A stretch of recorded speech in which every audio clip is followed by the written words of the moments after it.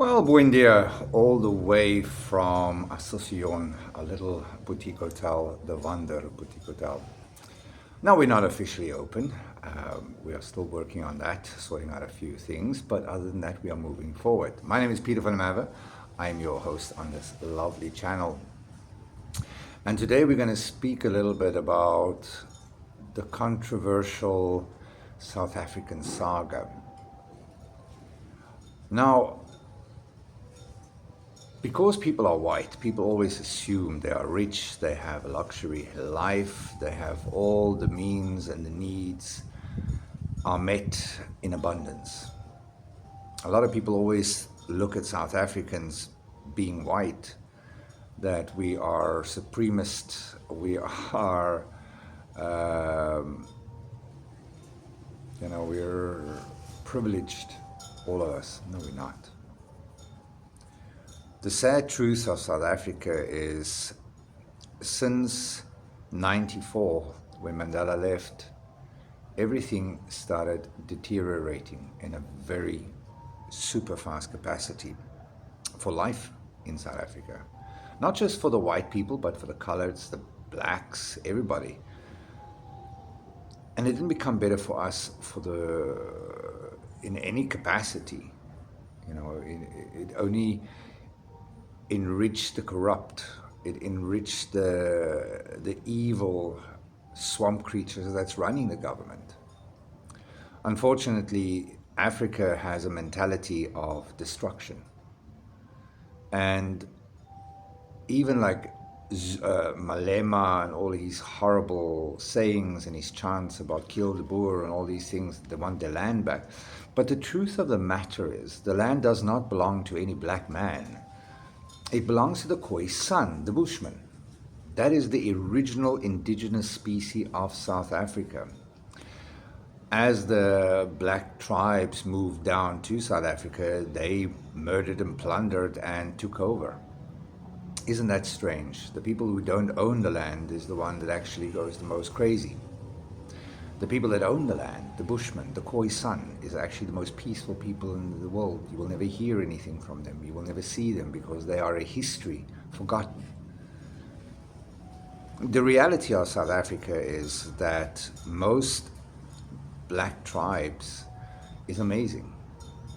They are caring, they are loving, they are nurturing, they value family, they value being close to one another.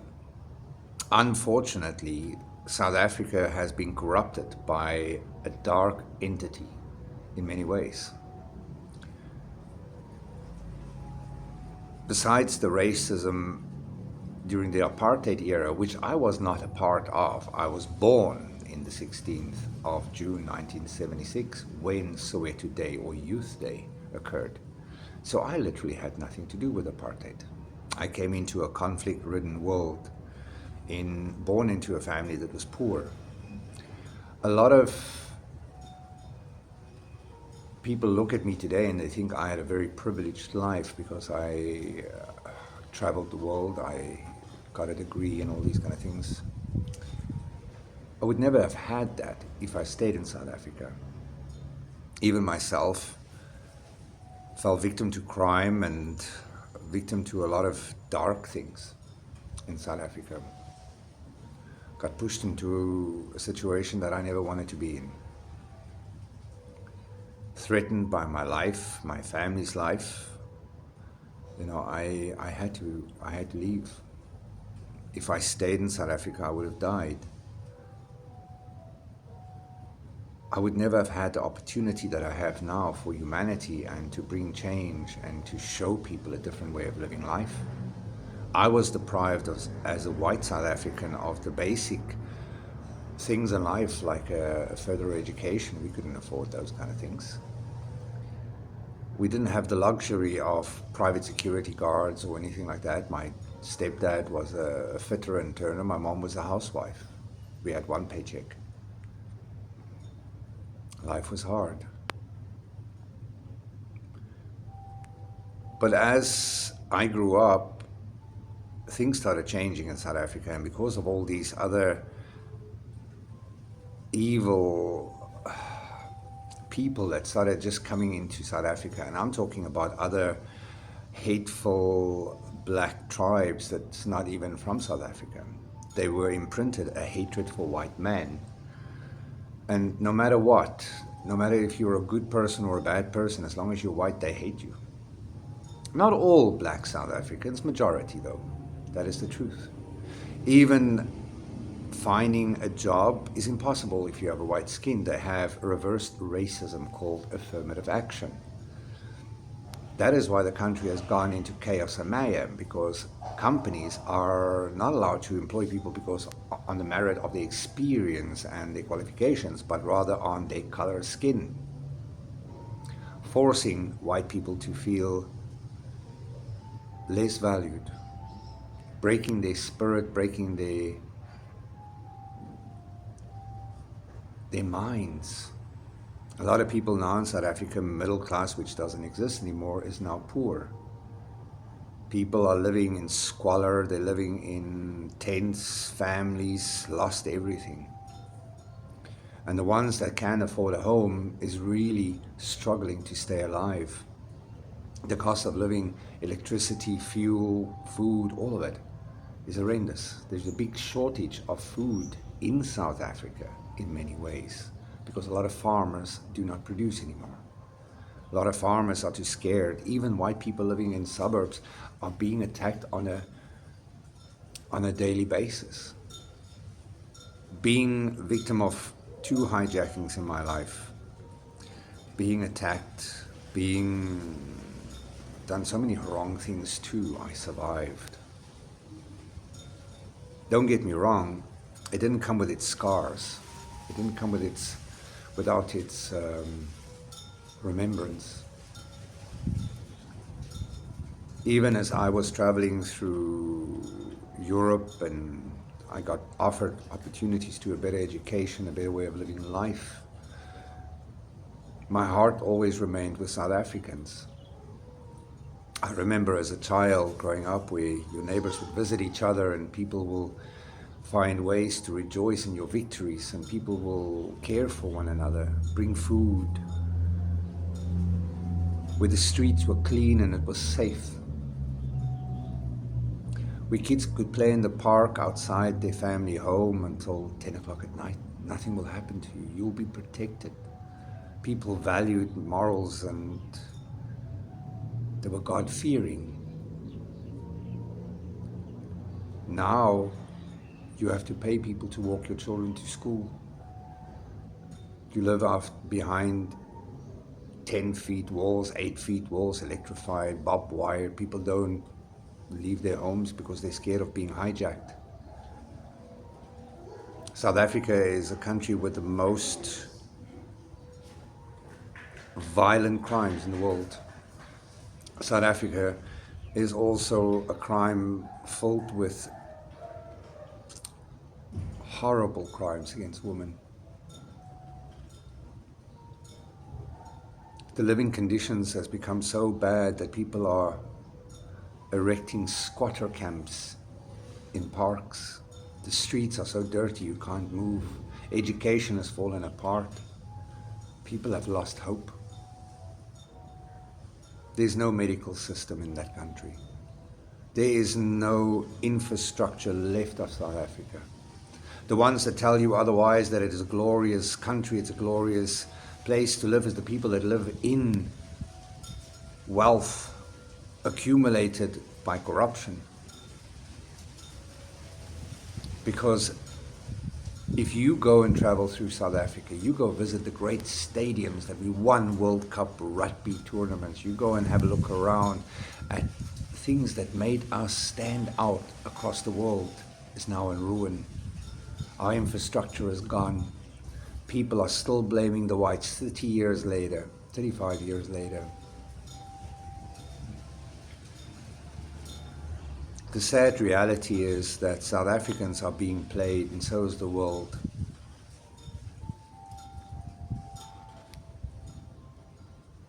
They are destroying the South African government on purpose to force people onto a centralized digital ID system and currency system. It is one way the government will come up with a ploy to cover up their indiscretions, hide the fraudulent funds. It is easier to force in slavery onto people with centralized digital currency incentives and centralized digital IDs when people are desperate and cannot think of the future. Once you are connected to this digital system that they're trying to enforce, all your funds is virtual, and it is controlled by whoever holds the password in government. If you obey by government rules and you're a good little soldier, a good little sheep, you get your basic wages. You will own nothing, and that is what they are aiming for. And that is the sad part, that they will have so much control over you and your family that you are imprisoned for life in a system where you will never get ahead. And it's going to get worse in time as they get the infrastructure up and running. The truth of the matter is, people deserve a dignified, fresh new start in life.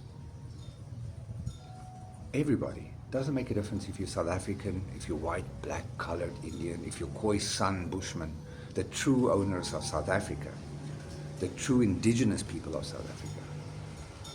But we won't say anything about that, because if we say anything about that, we'll have to talk about the Native Americans, the true landowners of America, now living in camps. They call it reserves. Wow. How horrible the world is becoming. Instead of us building each other up, we try to take control and destroy one another and enslave one another. It's a never-ending cycle. Don't you think we should stop that now? Don't you think we should stop playing the racial card, the religious card, and just move on? Can we not focus on our humanity, on our beautiful energy, on our beautiful gifts and talents? We are spirits having a human experience, and people keep on forgetting that. It is about us working towards a greater good for our children, for our destiny, for our future. It's not about individual greed anymore. Now it is about time to unite people. It's the time to uplift and heal people. You know, I remember there was times in South Africa that I didn't even have money for food, that I had no hope of receiving help. Even when I was in trouble, I went to the police to report something, to tell something. And the corruption extended so far that the police officer that I spoke to warned me to keep my mouth quiet and walk out of this police station now, because the people that I'm trying to report, that's trying to enslave me, that's threatening me, are also connected with the police.